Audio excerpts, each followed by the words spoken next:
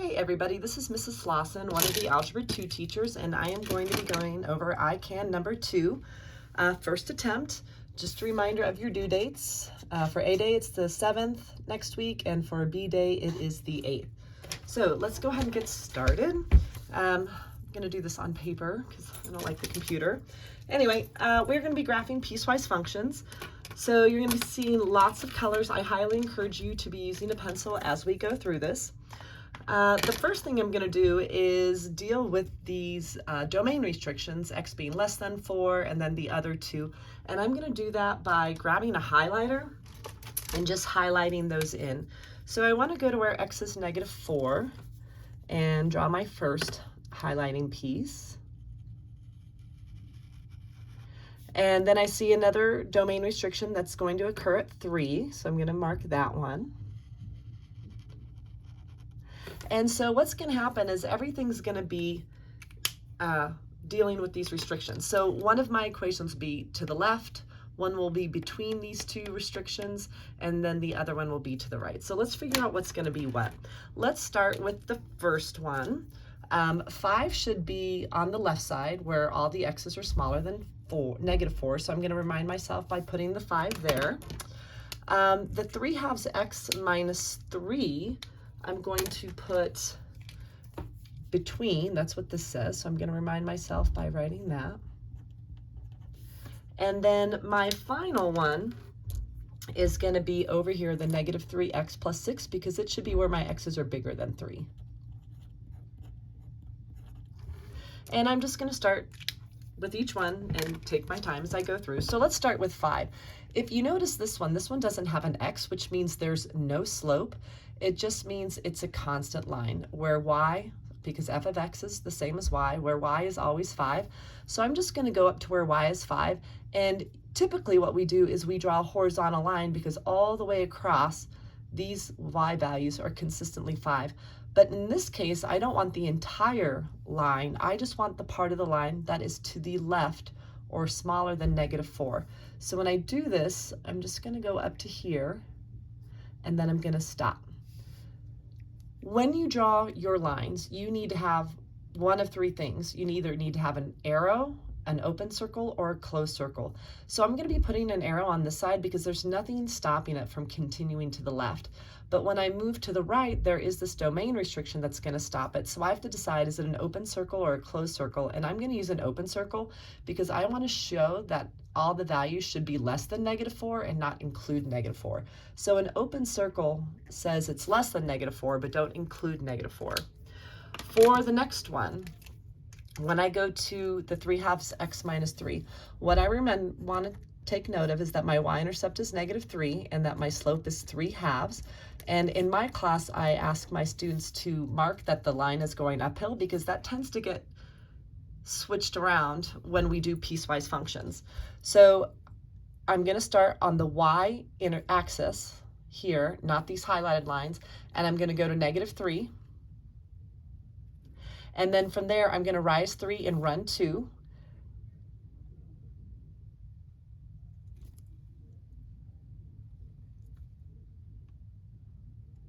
And then I'll go same thing down. And then if you have a straight edge, great. If you don't, that's okay as well. But I'm going to take a straight edge and I'm going to connect from point to point. Now, what I'm not going to do is include this point. I'm going to start at my domain restriction wall and go to the other one. And I'm not using a pencil and I'm not using an erasable pen, so I can't get rid of that dot. So now, because I have these domain restriction walls, I can't put arrows because these 2 walls are going to stop this particular line from going on. So at -4, I either need to put an open circle or closed circle. The -4 with just the less than sign that you see there means an open circle. And then with the 3 having its inequality underlined means a closed circle. If you don't put anything there, it is assumed you meant open. So just keep that in mind. And then the last one, same thing. I'll start with my y-intercept of 6. Remember, that is always on the y-axis. Don't put it on these domain walls. And then my slope is -3/1. So just a reminder, that does go downhill. So I'm going to go down 3 and over 1, down 3 and over 1, and I'm going to keep going this way. And now I'm starting to get into my domain or the side of the domain wall that I want to be on. So I don't want any of these points. I'm not able to erase them because of the type of pen I'm using. But I'm going to go like this. There's nothing stopping this side, so I'll put an arrow. And then I have to decide, do I want to include this or not? And with this inequality not being underlined, I don't want to include it. So I'll put an open circle. And that's number 1. So number 2, we're going to do the exact opposite. Someone has already graphed these for us, and now we're going to write the equation to them. So just like we needed the y-intercept and the slope to graph the equations, we need to figure out the y-intercept and the slope to write the equations. So we're going to start with this one here, and I'm going to put my notes over here. First, I'm going to go ahead, because it's pretty easy to do, I'm going to check out my slope. So I want to find 2 easy points. We call them lattice points, so that when I go for my rise over run, I don't have to guess what they are. And what I'm noticing, it goes up 2 over 1, up 2 over 1. So my slope is 2 over 1. We will just be using 2. It is a positive slope because it's going uphill, so I want to keep that positive. What I need to figure out now is my y-intercept. So from here, I'm just going to keep up this up 2 and over 1 pattern until I get to my y-axis, and I do at 5. So that's going to be my y-intercept, and then the equation will be 2x plus 5. Let's go for the next one. So the next one, looking here, okay, I can already see the y-intercept. It is a 3. And now I'm going to figure out my slope. I do notice it's going downhill, so whatever I count for my rise over run is going to be negative. And I'm going up 1 over 2, up 1 over 2. So this one's going to be negative 1/2 x plus 3. And then for the final one, I'm going to go for my slope first. So we're going to use this green. And I see an easy point here. Here's another one. Here's another one. So I notice I'm going up 3 over 1, up 3 over 1. This line is going uphill, so it's going to be a positive slope.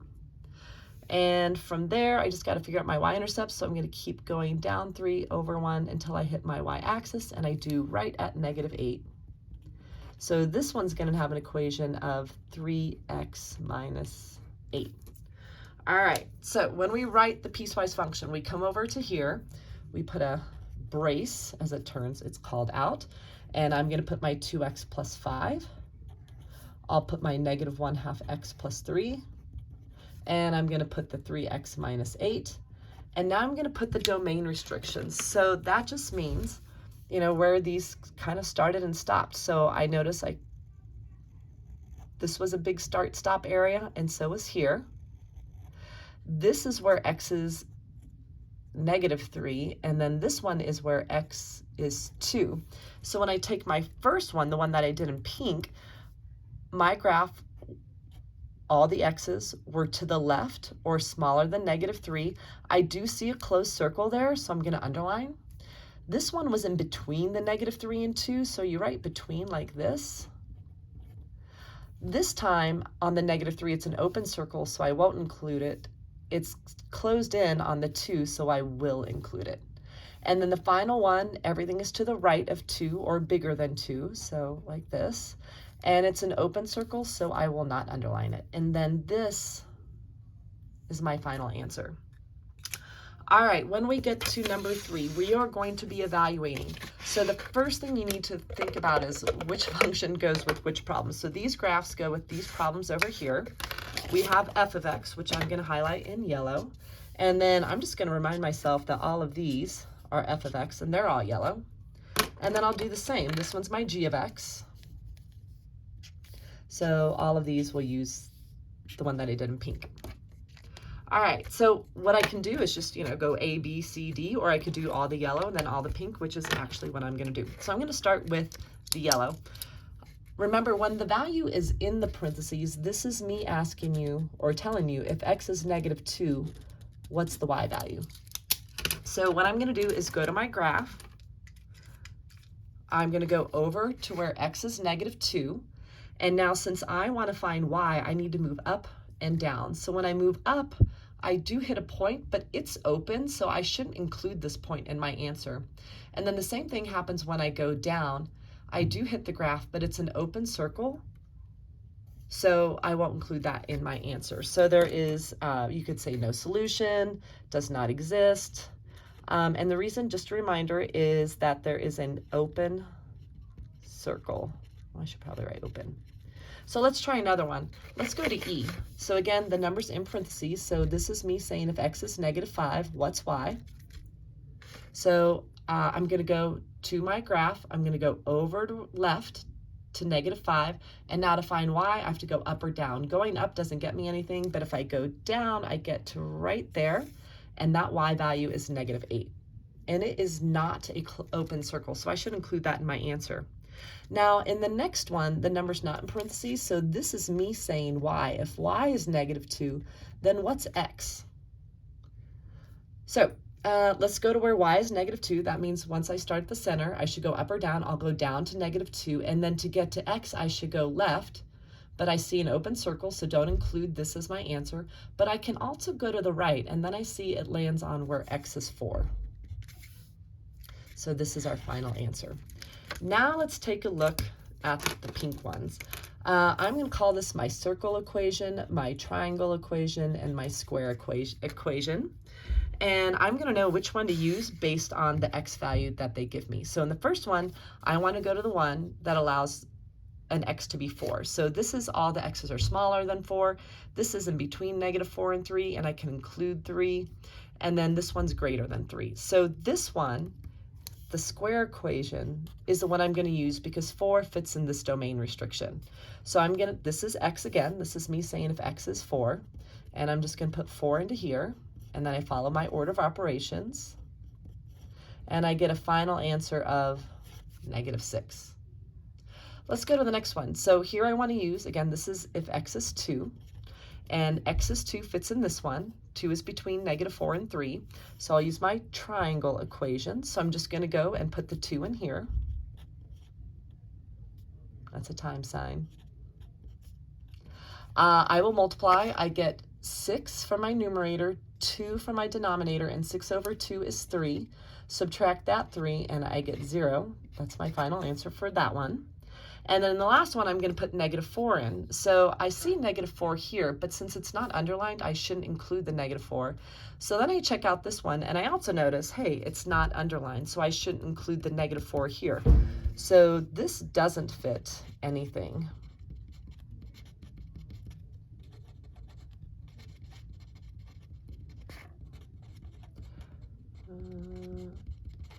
So I'm going to say no solution.